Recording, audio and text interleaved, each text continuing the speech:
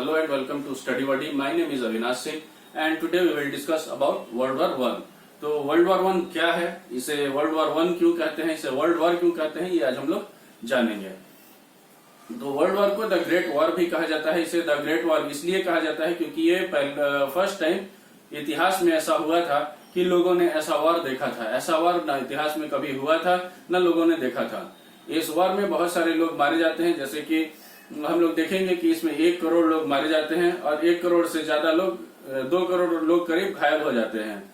और ये war 2 powers के बीच में लड़ी जाती है, जो central powers and the allied powers. पूरा वर्ल्ड जो था 2 खेमों में बट गया था, सेंट्रल पावर और अलाइड पावर्स में। सेंट्रल पावर में कौन कौन से देश थे, जैसे Germany, Austria, Hungary and the Ottoman Empire. And the allied powers were the Great Britain, America, Russia, Italy and Japan.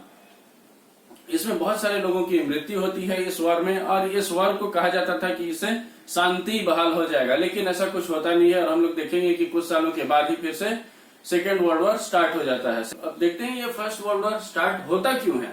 First world war start होने का कारण था कि 28 जुलाई 1914 को जब ऑस्ट्रिया सर्बिया पर अटैक कर देता। ऑस्ट्रिया सर्बिया पर अटैक क्यों करता है, ऑस्ट्रिया सर्बिया पर अटैक करने का कारण ये होता है क्योंकि जब ऑस्ट्रिया का प्रिंस आर्कड्यूक फर्डिनेंड सर्बिया गया हुआ था, उस समय कुछ सर्बियंस उसकी हत्या कर देते हैं। और इस बात से गुस्सा होकर ऑस्ट्रियंस बोलते हैं कि हमारे राजा के हत्यारे को आप लोग हमें सौंप दें, लेकिन ऐसा होता नहीं है। वो लोग उसे सौंपते नहीं है और ऑस्ट्रिया इसका बदला लेने के लिए सर्बिया के ऊपर हमला कर देता है, जिसमें और यहां से हम लोग देखेंगे कि फर्स्ट वर्ल्ड वॉर का शुरुआत होता है।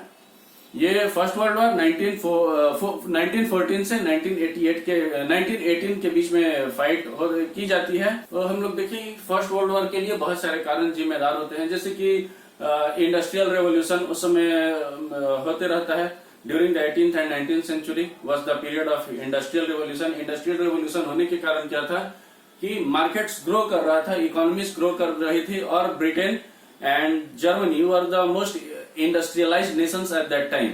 और जब इंडस्ट्रियलाइजेशन होगा तो उस समय अपने सामान को बेचने के लिए, मर्केंटाइलिज्म के लिए वो लोग क्या करेंगे, ज्यादा मार्केट खोजेंगे। ज्यादा मार्केट कहाँ से मिलेगा, ज्यादा मार्केट होने के लिए, बड़ा मार्केट क्रिएट करने के लिए आपको अपने एम्पायर्स को एक्सपैंड करना पड़ेगा, बड़ा करना पड़ेगा अपने। और इसके लिए क्या करेंगे कि दूसरे देशों पर हमला करेंगे। और उसी समय द रेनेसां का पीरियड होता है और इंडस्ट्रियल रेवोल्यूशन भी उसी समय होता है। हम लोग ऐसा जब इंडस्ट्रियल रेवोल्यूशन पढ़ेंगे तो उसमें कहा जाता है कि industrial revolution was also responsible for colonialism. तो ऐसा क्यों होता है ये आगे हम लोग चल के देखेंगे। फर्स्ट वर्ल्ड वॉर का कारण जर्मन यूनिफिकेशन भी रहता है। जर्मनी ऐसा होता है कि 1870 में जर्मनी पर बिस्मार्क रूल करता है, और बिस्मार्क का ऐसा एम होता है कि वो पूरे यूरोप पर रूल करे। 1870 में बिस्मार्क जर्मनी को यूनाइट कर देता है, और 1870 से 1890 के बीच में बिस्मार्क पूरे वर्ल्ड, पूरे यूरोप पर रूल करता है।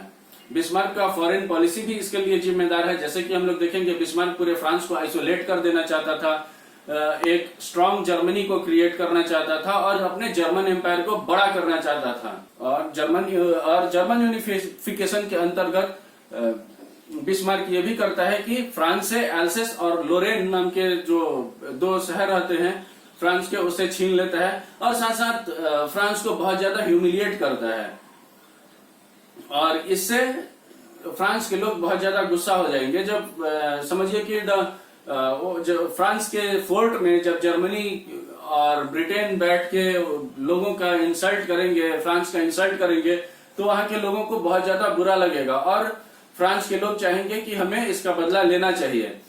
और आगे चल के यही ग्रेट वॉर का रूप ले लेगा। हम लोग देखेंगे कि जर्मनी अपना फॉरेन पॉलिसी के अंतर्गत बहुत सारा ऐसा काम करता है, जैसे कि सबसे पहले वो फ्रांस को आइसोलेट करने का कोशिश करता है। सबसे पहले वो फ्रांस को आइसोलेट करता है, उससे फ्रांस से उसके सारे अलाइज को छीन लेता है, और उसके बाद वो फ्रांस के अलाइज से 1 by 1 करके अलग अलग करके एक संधि करता है, मीन्स ट्रीटी करता है। जैसे कि Austria, Hungary, England Austria, Hungary, England और रशिया, इन सारे ये सब जो फ्रांस के अलाइज थे, इनको एक एक करके वो अलग कर देता है और इनके साथ एक सेपरेट ट्रीटी करता है। इसमें हम लोग देखेंगे कि बिस्मार्क क्या करता है। बिस्मार्क लीग ऑफ 3 एम्परर्स बनाता है, जिसमें कि ऑस्ट्रिया, हंगरी और जर्मनी रहते हैं। लेकिन जर्मनी का रशिया से पटता नहीं है और धीरे धीरे ऑस्ट्रिया का रशिया से पटता नहीं है और इन लोगों की लड़ाई हो जाती है और ये ज्यादा दिन तक ये अलायंस चलेगा नहीं और ये लोग अलग हो जाएंगे। तो फर्स्ट 3 एम्परर्स लीग फेल होने के बाद बिस्मार्क चाहता है कि फ्रांस को अभी भी आइसोलेट करके रखा जाए, वो फ्रांस को छोड़ना नहीं चाहता है और वो फिर से सेकेंड 3 एम्परर्स लीग क्रिएट करता है। इसमें बिस्मार्क रशिया से फ्रेंडशिप रखने के लिए सबसे पहले फिर से डुअल अलायंस साइन करता है रशिया के साथ और फिर बहुत सारे स्टेट्स जो कि बाल्कन स्टेट होते हैं उनको अपने में बांटने का कोशिश करता है, बांट लेता है और बोलता है कि हम लोग मिल के राज करेंगे और फिर से हम लोगों को झगड़ा नहीं करना है और फ्रांस को चेक करके रखना है। लेकिन कुछ सालों के बाद हम लोग देखेंगे कि फिर से सेकेंड एम्परर्स लीग भी फेल हो जाता है और बिस्मार्क फिर से ट्रिपल एंटेटे साइन करता है, जिसे ट्रिपल अलायंस भी बोलते हैं। ट्रिपल अलायंस में कौन कौन से कंट्री होते हैं, जैसे कि जर्मनी, ऑस्ट्रिया, हंगरी और इटली। इन तीनों कंट्रीज के बीच में एक पैक्ट साइन होता है और इसमें ये लोग डिसाइड करते हैं कि ये लोग एक दूसरे के साथ मिल के रहेंगे, एक दूसरे के साथ लड़ेंगे और किसी एक कंट्री पर अगर हमला होगा तो बाकी सारे कंट्रीज भी उनका सपोर्ट में आ जाएंगे। बिस्मार्क क्या करेगा, बिस्मार्क इटली को अपने में मिलाने के लिए सबसे पहले वो इटली को एक स्टेट ट्यूनिसिया, जो कि फ्रांस का टेरिटरी था, वो इटली को चाहिए था और जर्मनी क्या करता है, उसको प्रॉमिस करता है इटली को कि हम आपको ट्यूनिसिया दे देंगे। और इसके साथ अब जो देखता है कि फ्रांस के साथ सिर्फ उसका एक अलाई बच गया है, जो कि है इंग्लैंड, और इंग्लैंड को भी अपने में लाने का कोशिश करता है। हम लोग देखेंगे कि आपको शुरू में हम आप लोगों को बताए थे कि it was the period of industrial revolution और इंपीरियलिज्म का पीरियड था। तो ये सारे कंट्रीज, छोटे छोटे कंट्रीज को, जो कि लेस डेवलप्ड कंट्रीज थे, उनके ऊपर अटैक कर करके उनको कैप्चर किया करते थे। तो जर्मनी जाके इंग्लैंड को बोलता है कि देखिए, हम लोगों को आपसे लड़ाई नहीं करना है, आप लोग बहुत पावरफुल कंट्री है, so we will not fight with you. हम बस अपने आर्मी को थोड़ा स्ट्रेंथन करना चाहते हैं, अपना नेवल डिप्लॉयमेंट भी बहुत ज्यादा नहीं करेंगे और हम लोग सिर्फ यूरोप में ही रहेंगे। और ऐसा करके वो इंग्लैंड को मना लेता है। इंग्लैंड भी बोलता है कि ठीक है, अगर आपको इतना ही चाहिए तो कोई दिक्कत नहीं है, आप अपना यूरोप में रहिए, हम अपना बाकी सारा करेंगे। And at that time we will see that England was the super power, naval super power of those time, so England had no worries. लेकिन कुछ सालों के बाद हम लोग देखेंगे कि इंग्लैंड को भी ऐसे प्रॉब्लम होने लगता है जब जर्मनी धीरे धीरे करके बहुत ज्यादा ग्रो कर जाता है और इंग्लैंड के पावर को चैलेंज करने के लायक हो जाता है। तो अब आते हैं, जैसे आप लोगों को बताया थे कि it was the time of colonialism और बिस्मार्क के बाद किंग कैसर विलियम आते हैं पावर में जर्मनी में, और वो बिस्मार्क के पॉलिसी को रिवर्स कर देते हैं। जर्मनी ब्रिटेन से आगे निकल जाता है आयरन और स्टील के प्रोडक्शन में और यूएसए सेकेंड हो जाता है। और इसके साथ साथ जर्मनी के साथ साथ ब्रिटेन में भी टेक्नोलॉजिकल एडवांसमेंट होता है और ये लोग ओवरसीज टेरिटरीज को एक्वायर करने की कोशिश करते हैं। केमिकल इंडस्ट्री, टेक्सटाइल इंडस्ट्री, इन सारी इंडस्ट्रीज का ग्रोथ होता है और जर्मनी का जो कैपिटलिस्ट क्लास होता है वो भी किंग को बोलता है कि आप और ज्यादा टेरिटरीज को एक्वायर करें ताकि हम लोगों के लिए मार्केट मिले, और मार्केट के लिए इन लोगों में लड़ाई होती है। जैसे ही जर्मनी अपना पावर को बढ़ाने का कोशिश करेगा, इससे इंग्लैंड को प्रॉब्लम होने लगेगा और इंग्लैंड बोलेगा कि हम यहाँ पर सबसे बड़े सुपर पावर हैं नेवी में और हम आप लोगों को ग्रो नहीं करने देंगे। 1914 आते आते हम लोग देखेंगे कि जर्मनी का जो किंग कैसर विलियम था वो वर्ल्ड पॉलिटिक्स करना चाहता था, वो पूरे वर्ल्ड के पॉलिटिक्स में इंटरफेयर करने का कोशिश करता है। जर्मन एम्पायर को और भी बहुत ज्यादा एक्सपैंड करने का कोशिश करता है ताकि उसका मार्केट बढ़ सके और अपने नेवी को भी एम्पावर करने का कोशिश करेगा। अब हम लोग देखेंगे कि जर्मनी बहुत ज्यादा पावरफुल हो जाता है और ये वर्ल्ड पॉलिटिक्स में इंटरफेयर करता है। सबसे पहले बुअर वॉर्स जो कि अफ्रीका में हो रहा था उसमें इंटरफेयर करता है और बेसिकली जहां जहां इंग्लैंड इन्वॉल्व रहता है वहां जर्मनी भी इन्वॉल्व होता है।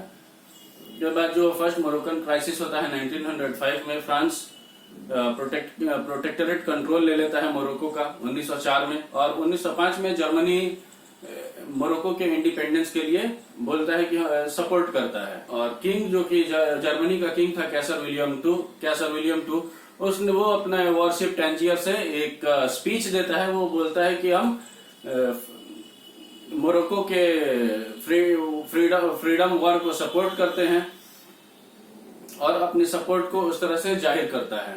और इस तरह से हम लोग देखेंगे कि ये फर्स्ट वर्ल्ड वॉर पूरी तरह से फुल फ्लेजेड वॉर में कन्वर्ट हो जाता है। ब्रिटेन को चेक करने के लिए क्या जर्मनी अपनी नेवी को भी डिप्लॉय कर देता है, नेवल पावर को भी अपना बढ़ाने का कोशिश करता है। और इस तरह से हम लोग देखेंगे कि फ्रांस धीरे धीरे वो अपने फ्रेंड रशिया को भी अपने से अलग कर देता है। और जो किंग केसर विलियम था वो अपने फ्रेंड रशिया को रीअश्योर करने का कोशिश नहीं करता है, और इस तरह से क्या होता है कि रशिया फ्रांस का दोस्त बन जाता है और जर्मनी से अलग हो जाता है। अब फ्रांस और रशिया एक दूसरे से अलायंस कर लेंगे 1894 में, और हम लोग देखेंगे कि France loans, arms and ammunition और अपना फ्रेंडशिप से सपोर्ट करता है रशिया को। इसके साथ ही मिलिट्री अलायंस फॉर्म हो जाता है ट्रिपल एंटेटे को रोकने के लिए। ट्रिपल एंटेटे और ट्रिपल अलायंस में जो कि स्टेट्स थे जर्मनी, ऑस्ट्रिया और इटली, इनको रोकने के लिए ये लोग फ्रांस और रशिया एक अलायंस फॉर्म कर लेते हैं। और इसी से को ध्यान में रखते हुए जब देखेगा कि फ्रांस और रशिया का फ्रेंडशिप हो चुका है, तो इस बात के बारे में सोचते हुए ब्रिटेन भी पीछे नहीं रहेगा और ब्रिटेन भी जापान से अलायंस कर लेता है। द एंग्लो जापानीज अलायंस ये होता है 1902 में। इस अलायंस में हम लोग देखेंगे कि जापान को भी फायदा रहता है, जापान का एनिमी रहता है रशिया, और जापान सोचता है कि चलो इसी बहाने हम रशिया से भी मेरा एक हो जाएगा दो हाथ, और रशिया पर भी हम लोग कैप्चर कर लेंगे। और हम लोग को आप लोगों को देखने को मिलेगा कि रशिया पर जापान अटैक करके उसको कैप्चर भी कर लेता है, बहुत सारे एरियाज को कैप्चर कर लेता है। इसके साथ ही जैसे ही कुछ दिन बीतता है, ब्रिटेन फिर से फ्रांस के साथ भी अलायंस कर लेता है, द एंटेटे विद फ्रांस, और ये अलायंस 1904 में होता है। इसके साथ ही हम लोग देखेंगे कि जैसे ही ब्रिटेन आता है तो एक ट्रिपल अलायंस बन जाता है फ्रांस, ब्रिटेन और रशिया का। तो चलिए आज का फर्स्ट वर्ल्ड वॉर के लिए ये पार्ट 1 का ये लेक्चर रहा। मिलते हैं अगले पार्ट में। Thank you for watching. Please like, share and subscribe to the channel. And if you have any questions, please ask in the comment box. I'll try to answer them as soon as possible. Thank you.